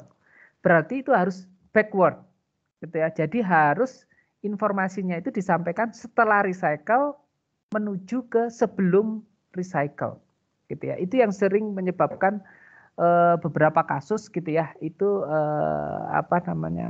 crash gitu ya kalau misalnya berhubungan dengan recycle. Oke ya. Jadi diperhatikan aja transfer direction-nya gitu ya. Yang ingin saya lakukan tadi sebenarnya adalah saya ingin ganti-ganti di sini, bukan yang di sini. Gitu ya. Ya, kalau di sini yang diganti ini agak constraint karena di sini ini adalah menjadi ini harus equalize gitu ya. Jadi yang pasti bisa kita ganti itu adalah di bagian aliran 1. Gitu. Oke, saya kembali ke kasus gitu ya. Jadi Pak, boleh bertanya Pak? Yes, silahkan. Ini dia memandang baliknya itu dari mana ya Pak? Kan recycle itu dia mandang recycle-nya itu dia bakal ngambil itu kenapa sampai ke 6 gitu Pak? Apakah dia akan adjust itu dari 7, 9, 8, 6 gitu Betul. Pak? Karena itu yang pressure, komponen yang ngatur pressure itu kan yang 5 kan udah dibatasi sama komponen yang ngatur pressure gitu ya Pak? Artinya yang dipengaruhi recycle itu sampai 6 gitu ya Pak langsung? Ya, betul. Gitu ya. Makanya tadi itu apa yang saya lakukan, 6 ini sebenarnya sekarang itu ya, ini sudah warnanya bukan biru lagi. Ya, warnanya itu sudah hitam. Jadi artinya apa? HiSYS itu bisa melakukan perhitungan dua arah. Gitu ya, arah maju dan arah mundur. Itu enaknya HiSYS gitu ya. Jadi kalau kita definisikan di depan, asal benar ya di depan, dia bisa akan menghitung unit-unit selanjutnya. Tetapi bagaimana kalau misalnya kita menghitung di belakangnya itu adalah unit yang terhitung di belakang. Nah, HiSYS itu bisa melakukan perhitungan backward gitu ya. Untuk mendapatkan depannya itu seperti apa. Gitu ya. Itu yang sering kita lakukan kalau misalnya Anda perhatikan ya, keunggulan dari HiSYS itu adalah kalau misalnya berhubungan dengan perhitungan ini bisa kita dapatkan komposisi umpan itu akan jadi seperti apa, gitu ya. Jadi dari apa? Dari belakang-belakang itu kita definisikan, nah nanti bisa dapat depannya, gitu ya. Ini persis seperti sama, ya. Karena kita sudah menyampaikan bahwa arah perhitungannya itu adalah informasinya itu dari belakang ke depan, gitu ya, kan backward ini. Ya, jadi informasinya itu 7 sudah terdefinisi, tolong ditransfer ke 9. 9 sudah terdefinisi, dia akan melanjutkan ke 8. 8 kok bisa dapat? Kan delta P kita 0. Ya. Delta P 0 maka akan terhitung gitu ya 8-nya. Terus kemudian ini ada separator. Separator tidak ada delta P-nya, jadi akan terhitung 6. Gitu. Jadi arah sekarang itu perhitungannya itu adalah menjadi berkebalikan. Gitu. Ya, asalkan begini ya, asalkan jangan sampai Anda itu nanti ada arah menuju depan dan ada menuju belakang. Nah, itu jadi error, pasti error gitu. Kalau misalnya itu ada yang bertambahkan gitu. Ya. Tapi informasi ini penting untuk Anda pahami gitu ya. Karena nanti kalau ini baru sistem yang sederhana ya, kalau sistemnya sudah agak kompleks, nanti itu akan menjadi lebih susah lagi, gitu ya. Kita itu kalau pas ada crash gitu ya, kalau kita tidak melihat arah perhitungan dari HISIS seperti apa, apakah dia itu maju ataukah dia itu mundur, gitu ya. Jadi kalau misalnya kita definisikan di sini itu adalah equalize all, dia akan memaksa 7 ini akan sama dengan 1. Gitu ya. HISIS akan melakukan itu. Karena definisi apa? Equalize all. Gitu ya. Jadi dia akan menyamakan 7. Gitu. Ya. Jadi maka dari itu defaultnya dari HISIS untuk mixer itu adalah set outlet to the lowest inlet. Pak, kenapa sih nggak equalize all? Padahal kan di industri itu, di prinsip kita itu melakukan pencampuran, itu adalah equalize all. Kenapa defaultnya HISIS nggak ini? Karena kalau defaultnya HISIS itu adalah equalize all, gitu ya, Anda tidak perhatian, itu pasti bentrok semua. Gitu. Makanya HISIS itu memberikan satu definisi yang aman, meskipun itu tidak terlalu benar ya secara hukum industri gitu ya, secara field gitu ya. Tetapi ini memberikan kenyamanan Anda dalam simulasi. Jadi ketika masuk itu diperbolehkan untuk beda-beda. Gitu. Tapi sebenarnya ini harusnya itu adalah sama gitu ya. Ketika inlet 2 titik itu masuk begitu. Oke ya. Jadi backward hitungannya. Kalau misalnya untuk area di sini. Terjawab? Iya Pak, makasih banyak Pak. Oke, kita lanjutkan lagi. Di sini kita masih punya tanggungan, yaitu eksplorasi pengaruh perubahan P3. Gitu ya. Nah, untuk melakukan ini, di HISIS juga ada yang namanya sensitivity analysis. Jadi, coba Anda buka case studies, gitu ya. Terus kemudian Anda klik add, terus kemudian add variable. Ini ada independent, ada dependent. Independent itu adalah yang seenaknya bisa kita ganti, gitu ya. Nah, seenaknya yang bisa ganti itu adalah aliran 3. Gitu ya. Tadi kan 3 itu pressure-nya kita masih ngaco tuh. Gitu ya. Saya juga nggak tahu itu pressure yang benar ataukah tidak. Gitu ya. Jadi Anda klik 3, terus pressure, terus jangan lupa ini ditransfer ke sini ya. Ada tanda panah keluar ini ya. Sampai keluar di sini. Dan yang lebih penting lagi adalah klik done. Kadang-kadang itu lupa mahasiswa. Gitu ya. Jadi, nah kalau done, nah ini keluar nih.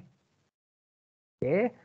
Terus kemudian untuk dependent variabelnya gitu ya. Nah, apa yang harus Anda lakukan gitu ya? Ini belum kita definisikan. Ya. Supaya definisinya bagus gitu ya. Apa yang harus saya lakukan? Saya kembali lagi ke flowsheet tadi. Terus kemudian saya keluarkan yang namanya spreadsheet. Di HISIS juga ada spreadsheet ternyata. Oke, saya double klik spreadsheet-nya. Ya, terus kemudian saya cek di sini, masuk ke tab spreadsheet, ya, perhitungan power spesifik atau specific power, atau di dalam ini namanya itu adalah SPHP. Dalam dunia LNG itu adalah specific horse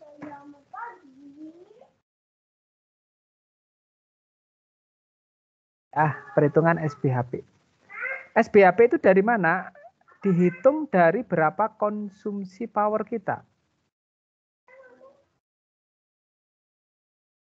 Konsumsi power kalau dari sistem ini dari mana? Ya tentu aja dari kompresornya kan. Ya. Jadi kompresornya itu yang nantinya itu akan, aduh satuannya nggak enak. Oke ya, satuannya nanti kita akan ganti gitu ya. Tapi kita ambil aja satuan yang sekarang. Saya copy ya, di HISIS itu bisa di copy. Terus Ctrl V. Nah, jadi Anda klik di sini, Ctrl C, terus kemudian pindahkan ke selnya, terus Ctrl V. Gitu. Nah, nanti kalau berubah-ubah, ini akan otomatis juga berubah di spreadsheet-nya. Nah, terus kemudian ini apa? Ini adalah produk dibagi dengan produk LNG yang dihasilkan. Ya. Jadi saya copy saja di sini produknya.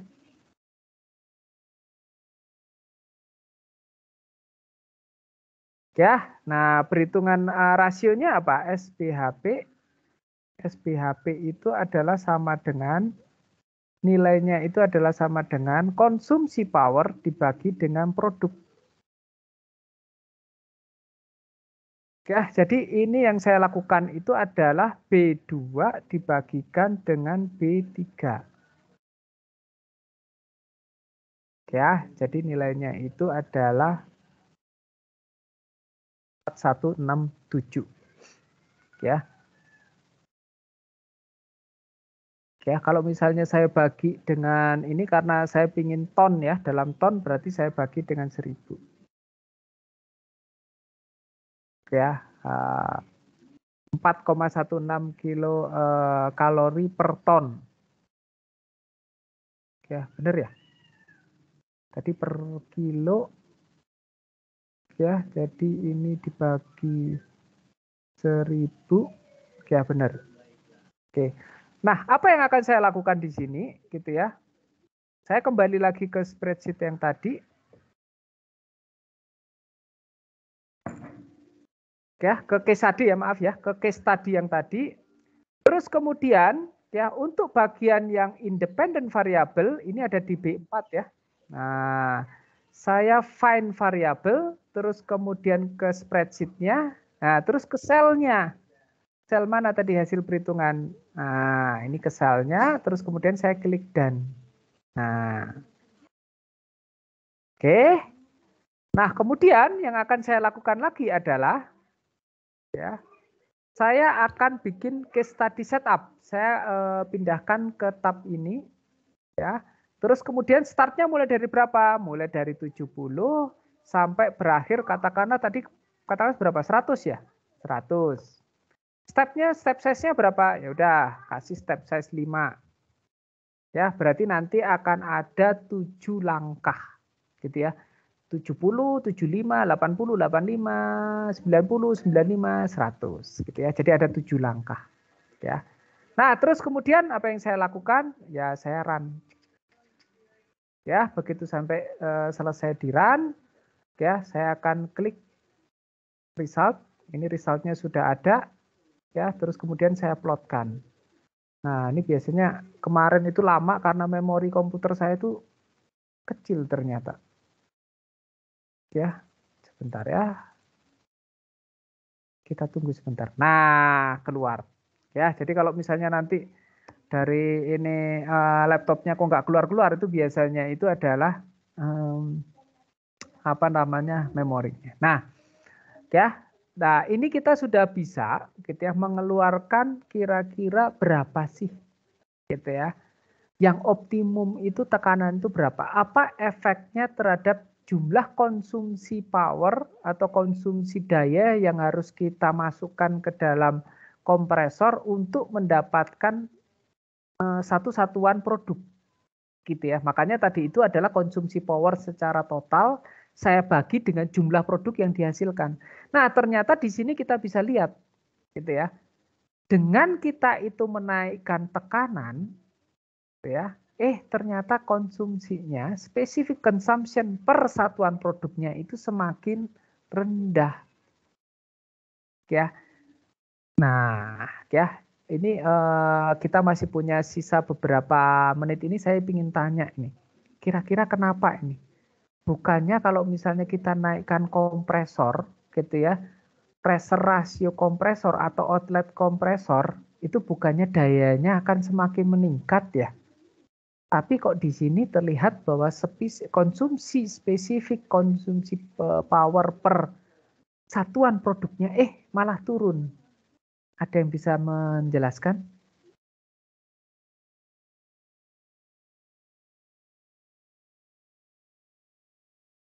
Ada yang bisa menyampaikan di sini?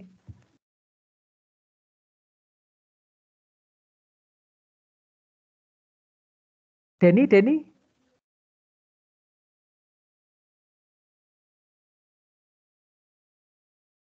Denny masih ada di ruangan ini? Masih, Pak. Kenapa, Den? Anda mengikuti tadi, kan? Ya. Kenapa, Den? belum nangkap juga sih Pak sebenarnya saya. Oke, ini apa namanya? Kalau misalnya kita lihat ya hasilnya tadi, gitu ya. Ada yang bisa apa namanya? Udah sampai hasilnya? Ada yang bisa menyampaikan hasilnya? Semakin tinggi outlet tekanan dari keluaran kompresor, yaitu di P3, yang kita hasilkan itu ternyata spesifik konsumsi energinya itu semakin rendah. Oke, pertanyaan saya, kalau spesifik konsumsi energi semakin rendah, itu semakin bagus atau semakin jelek? Semakin bagus atau semakin jelek, Den?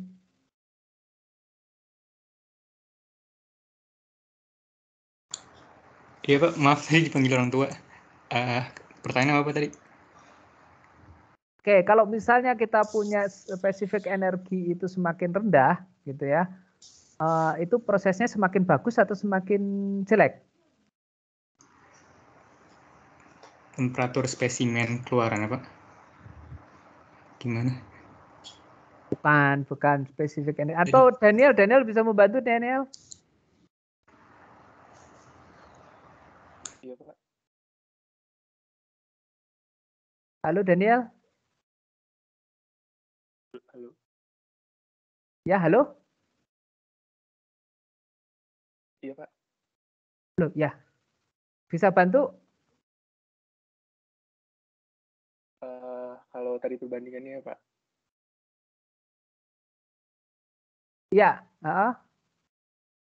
Kalau semakin Gimana? rendah, Kalau spesifik energinya semakin rendah, semakin bagus atau tidak? harusnya semakin bagus ya, Pak. Semakin bagus. Oke.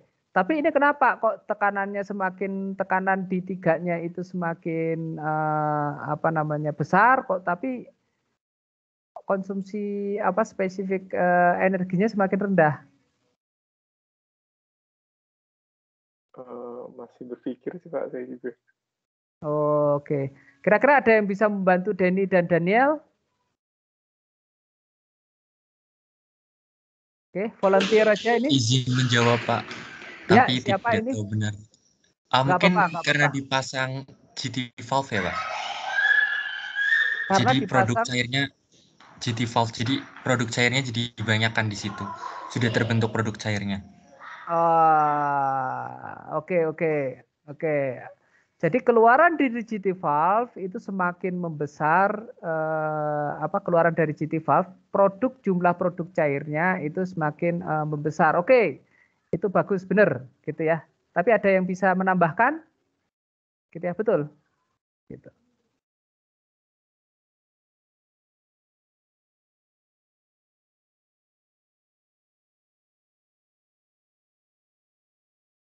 Ada yang bisa membantu lagi? Izin menjawab Pak. Silahkan, ini siapa nih? Calvin. Oh, Calvin ya, oke. Mungkin ketika tekannya ditambah itu nanti produk engine-nya yang cair juga bertambah Pak. Namun Ya. ketika tekannya bertambah kan juga energi yang dibutuhkan di kompresor juga bertambah Pak. Tapi produk yang dihasilkan itu lebih baik gitu Pak daripada tekanan yang diperlukan, daripada energi yang diperlukan gitu. Oke. Ya, jadi saya menggarisbawahi aja dua jawaban terakhir tadi. Ya, apa yang terjadi di proses kita gitu ya. Kalau misalnya logikanya gitu ya. Kalau kita naikkan semakin tinggi outlet dari keluaran kompresor yaitu P3 ini semakin besar, yang terjadi harusnya itu adalah jumlah konsumsinya kompresor akan semakin meningkat gitu ya. Tetapi perlu Anda ingat gitu ya, bahwa untuk menentukan berapa daya yang dibutuhkan oleh kompresor itu bergantung pada dua hal. Yang pertama memang benar berapa outlet tekanannya gitu ya. Tetapi ada parameter yang kedua adalah berapa jumlah fluida yang nantinya masuk atau dihandle oleh kompresor tersebut. Ya. Jadi yang terjadi itu adalah gitu ya. Anda nanti bisa mengecek dengan menggunakan metode sensitivitas yang sama. Coba ditarik nanti itu sebagai variabel dependennya itu adalah flow di aliran 3 ini. Ya. Yang terjadi itu adalah memang benar tekanan di 3 ini semakin meningkat, ya. Tetapi dengan menggunakan pendinginan yang ada, gitu ya, jumlah produk cairnya tadi yang disampaikan oleh Ali tadi, gitu ya, itu akan semakin membesar, semakin banyak jumlah produk cair yang akan dihasilkan keluaran dari GT valve ini. Nah, sekarang apa impact dari jumlah produk cair yang dihasilkan semakin besar? Berarti fraksi ke gasnya, gitu ya, itu akan semakin kecil. Nah, kalau fraksi gasnya semakin kecil, berarti jumlah yang di-recycle itu akan jumlahnya semakin kecil pula. Ya, kalau seandainya satu itu akan selalu sama, gitu ya kan, umpan kita nggak akan berbeda-beda kan. Dari tadi itu adalah 1000 kg per jam atau 1 ton per jam, gitu ya. Yang berbeda itu praktis itu adalah sebenarnya aliran yang kembali ke sistem, gitu ya, yang dari recycle itu yang akan semakin turun, ya.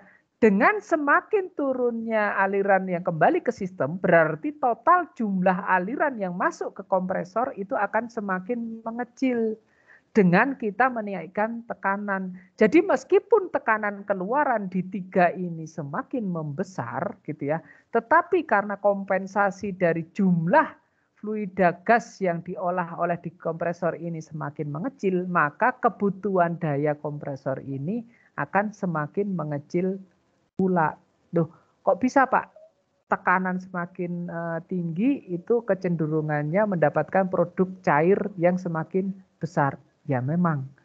Ya, pada temperatur yang sama, kalau kita menaikkan tekanan yang lebih besar, gitu ya, tekanan yang kita perbesar, fraksi cair itu akan yang dihasilkan itu praktis akan lebih tinggi, gitu ya. Jadi oleh karena itu kalau misalnya Anda lihat, gitu ya, di beberapa unit